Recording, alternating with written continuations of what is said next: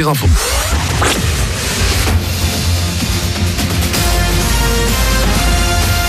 Toute l'actu sur Monaco-Menton avec Frédéric Plat.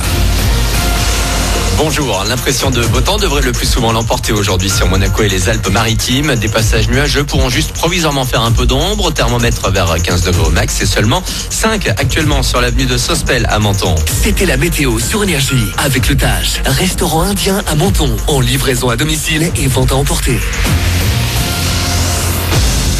Les Alpes-Maritimes, toujours le département le plus touché de la région sud Provence-Alpes-Côte d'Azur par le coronavirus. Malgré tout, on note une légère baisse du taux d'incidence à 462 cas pour 100 000 habitants.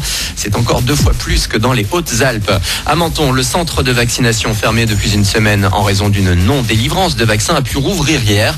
Il accueille désormais en priorité jusqu'au 23 ceux qui ont reçu une première dose entre le 18 et le 26 janvier pour leur seconde injection.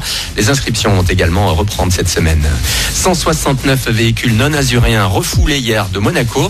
Une goutte d'eau sur les plus de 30 000 entrées en principauté ce lundi, mais tout de même, comme annoncé, un renforcement des contrôles d'accès au rocher. Une réponse à l'impossibilité pour les Monégasques de pouvoir se déplacer librement en France au-delà des Alpes-Maritimes sans présenter un test PCR notamment. Les voitures refoulées n'étaient donc pas non plus en mesure de montrer patte blanche.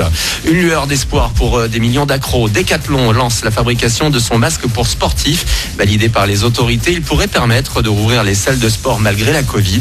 En tissu, lavable et respirant, il sera disponible au plus tôt dans 1 mois et demi. Pendant ce temps, le gouvernement planche sur un retour des spectacles cet été. La ministre de la Culture semblait confiante hier pour les festivals avec du public assis. Pour les concerts debout, il va falloir faire des expérimentations. On continue notre mobilisation. 2e jour et encore plein de belles initiatives mises en lumière lors du Énergie Action Étudiant ce mardi. Chez nous d'ailleurs, en Provence-Alpes-Côte d'Azur, une distribution de nourriture est organisée cet après-midi devant la fac d'éco d'Aix-en-Provence. En Vaucluse et à Avignon, cette fois, un collectif ouvre une cagnotte litchi pour aider les étudiants à payer leur loyer. TikTok, dans le viseur de l'UFC Que Choisir, l'association de défense des consommateurs porte plainte contre le réseau social accusé de surexploiter les données personnelles de ses utilisateurs. L'appli ne réussirait pas non plus à protéger ses plus jeunes abonnés. Enfin, toujours selon les spécialistes, les conditions d'utilisation sont trop floues. Enfin, on devrait être en plein dedans, la fête du citron. Elle a été annulée à cause de la situation sanitaire, mais on aura tout de même le droit d'un zeste d'agrumes dès lundi à Menton.